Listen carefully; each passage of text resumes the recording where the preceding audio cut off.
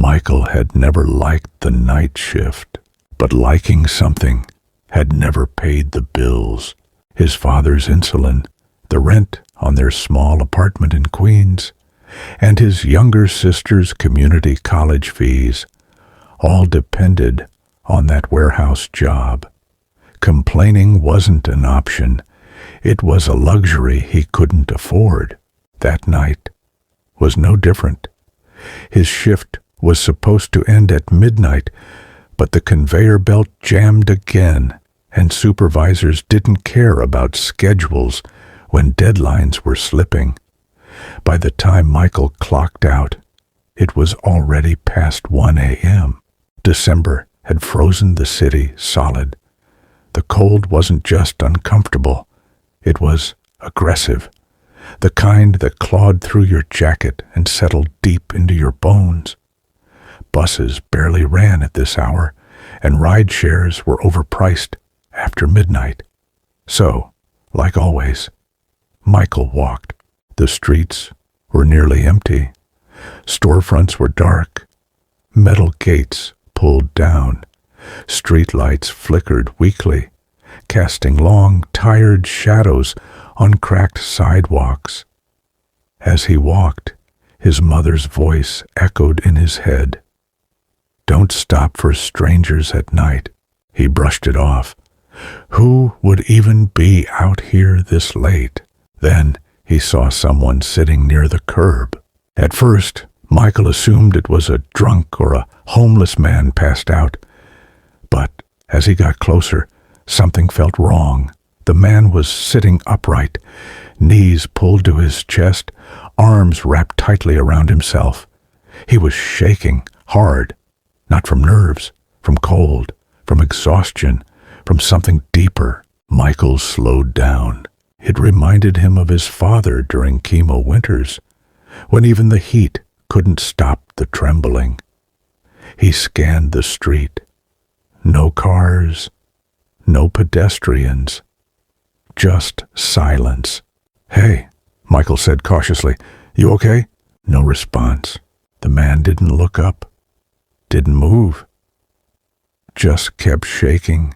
Michael stepped closer and noticed something that made his stomach tighten.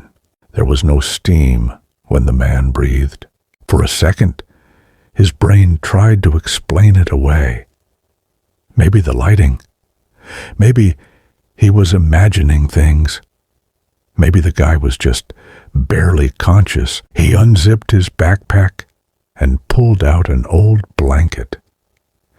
His mom had insisted he carry it, just in case.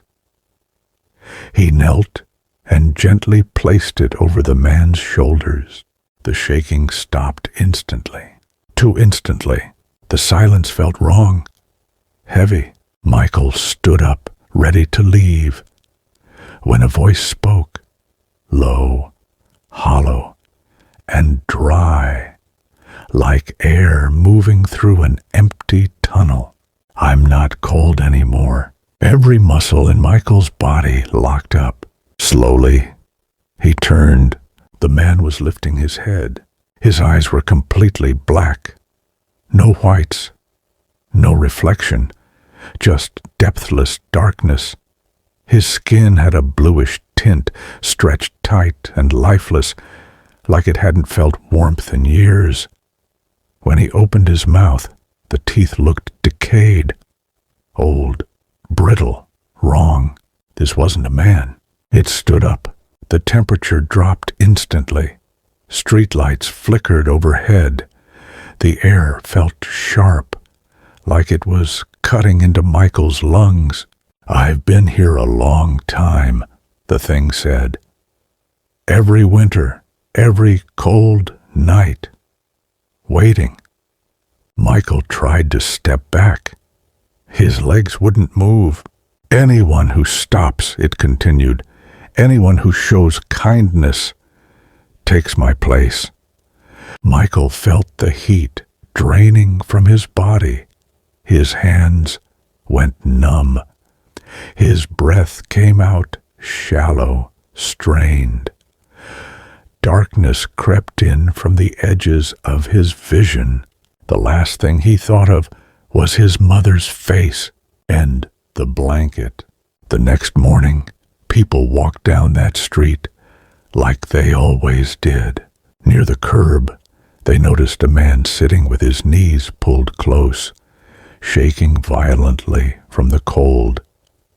An old blanket lay beside him. No one noticed that his breath didn't fog the air. Michael was never seen again. They say that even now, during the coldest nights of winter, someone can still be found sitting there, shaking, and if you stop, the next cold night, the man sitting there will be someone else.